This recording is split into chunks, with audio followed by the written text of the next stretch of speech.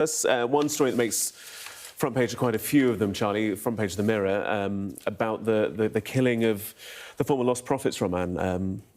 Yeah, this is kind of a story, isn't it, of prisons in many respects. It is, and look, whatever your views about this vile individual that was serving many years in prison, though it is a Category A prison, should be a secure site. And it just begs the question on the back of prison officers, for example, that have we've heard stories where they had sort of melted butter thrown at them in recent weeks and months.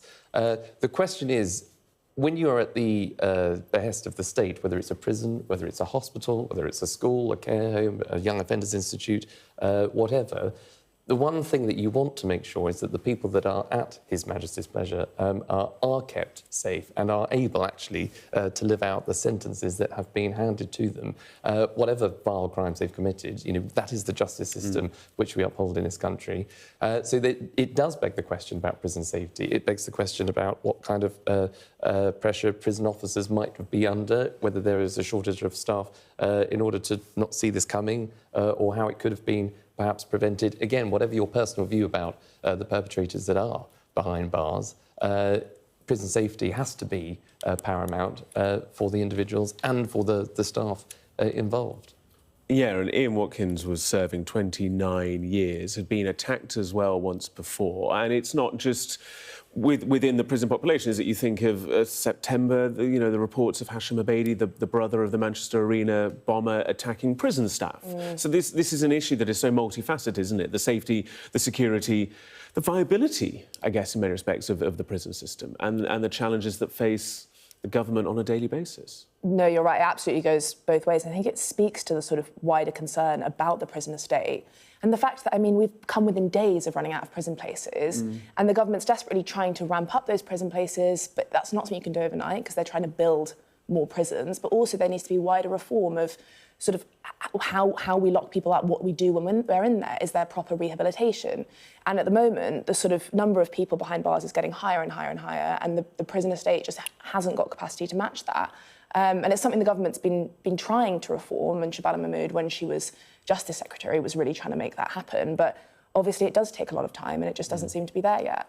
And then the backlogs that are caused in the courts as a result of the overpopulation in prisons and people waiting years. I saw one person quoting 2027, 2029 for some court cases to get to being heard. Yeah, and that's, is that justice? That'll be a question that many people are asking if you have to wait that long. Some would argue, possibly not. The people that are currently in prison, I would argue lower category prisons, should they be there in the first place? Could they be rehabilitated in another way? Could the crimes been prevented in the first place through better relations in schools, whether it's charity groups, whatever it is that the state can do to prevent you getting into any kind of mischief that'll end you behind bars? That needs to be the focus of prevention before you even, I think, get before a judge or a magistrate's court. So what work can be done there in order to ensure that the people that do go to prison are the people that either have to be punished or just have to have their freedoms taken away in order to protect us as a wider society and public before coming out, if that ever happens. But again, all of these questions about pressures in our public services and prisons remain. There was a lot of fanfare about James Timson being kind of announced as kind of the prison czar, for lack of it. I'm sure there's a more accurate title for him. It's not a name now I've heard particularly in recent months, but there was lots of fanfare, wasn't there, about whether he would be able to kind of reform our kind of national way that we approach justice and law and order. And I kind of wonder where that work is at. Yeah, no, you're completely right. We haven't seen much of him recently. And I remember when Labour first came into power, there was a lot of talk about these sort of non-political appointments, people that could come in and really had that experience in the industries they were being appointed to sort of manage. And yeah, we haven't, especially since the reshuffle, there hasn't been that much talk about prisons. Maybe this will re-spark that conversation. But I do think with this prisons issue, it is such a long-term one. It's not something that can be done overnight. And, I mean, you'd sort of hope that in the background there is that longer-term work happening, but I think we'll have to wait and see. Let's move on from the front page of the Mirror, shall we, to the front page of the Sunday People. Gordon Brown is back. Yes, he is. He likes to sort of re-emerge every now and again and say something controversial. He's sort of joining Keir Starmer in this fight against Nigel Farage. He's saying that Nigel Farage's £275 billion worth of funding cuts would bring children and pensioners more suffering. So he's saying you couldn't afford to be sick, be unemployed or be disabled. And he's urging voters to sort of come together and stop reform. And it comes after the Prime Minister's massively ramped up his attacks on Nigel Farage. We sort of, in the first year in office, we didn't see him do it so much. He was much gentler. I think he was afraid of sort of alienating voters that might be considering switching to reform. He didn't want to sort of turn them away even further. But I think now we've seen a massive change in tack. He's sort of saying it's a fight for the soul of the country, voting for reform. So he's really urging people to sort of look closely at Nigel Farage's offering and saying that it wouldn't serve Britain. Gordon Brown's joining him now. He's sort of welcomed those attacks and saying that those sort of massive public spending cuts just wouldn't leave Britain in a good state. And this is the line that the Prime Minister and the government seem to be treading, is that, like you say, that difference between reform and Farage and also, let's be honest, potential voters that could be tempted back. Yeah, exactly. I mean, I think, look, you know, there's a lot of work that the Labour Party, I think, and the Labour government need to do to win back those people that voted for them, A, at the last election, but B, people that left them in 2019. You know, the red wall seats that obviously went to the Conservatives, they went back to Labour. They're now looking at reform as an alternative. I imagine Gordon Brown's also sort of might have been missing out because Tony Blair's name's been in the headlines quite recently a lot, and so the other former Labour Prime Minister might want a bit of the action. But there is a real determination, I think, now in Number 10 and within the Labour government to go after Nigel Farage, just because of the poll leads that he's consistently having. And, you know, we'll have to see whether Gordon Brown's advice in the budget comes to fruition to help alleviate things like child poverty and all the rest of it. But, you know, they have... I think the Labour Party should actually welcome all voices from their wing and cause, being able to take on, if they are going to be able to mount a fight against reform, then all voices are welcome. Especially as you consider what's happening on the left of the party with Jeremy Corbyn and your party and kind of potentially kind of removing some of the support base there. Well, we've talked about the man, so should we talk about the man? Well, yes, Shall we?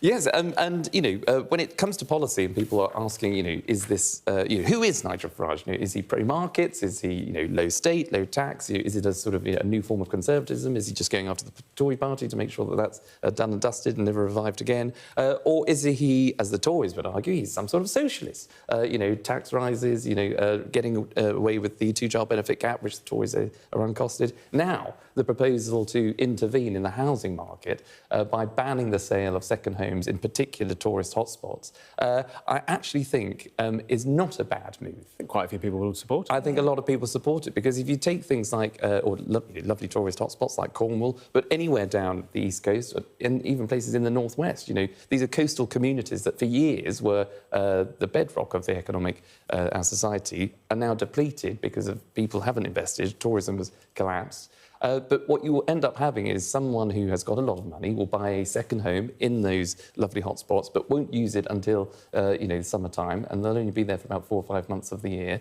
All the while, house prices go up, leaving those that are actually local, people that have, you know, grown up there, went to the local schools, can't get on the property ladder. So restricting, I think, the market in certain areas is massive state intervention, but one which I think would be music to the ears of local communities there.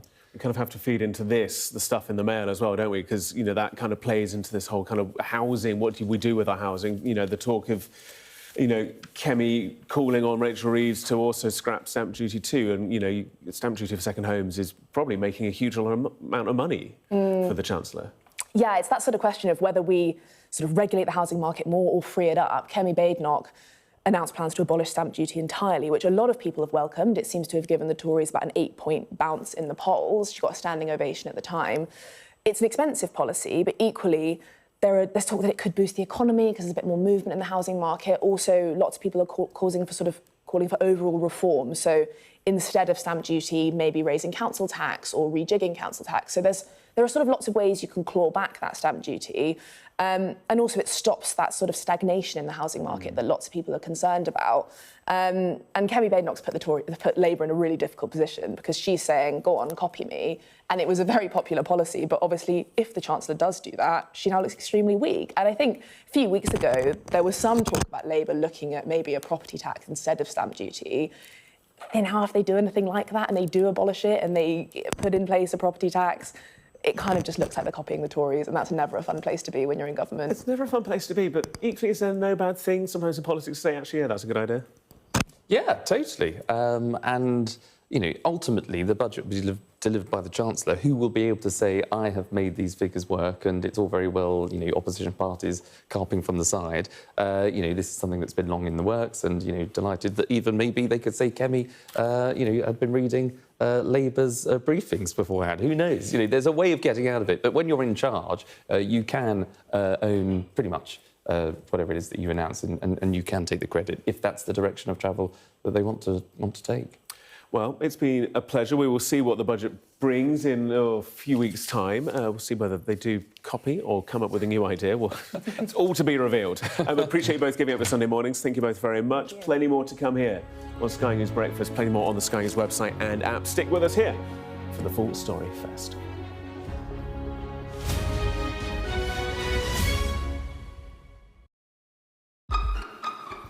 We've got your Sunday mornings covered.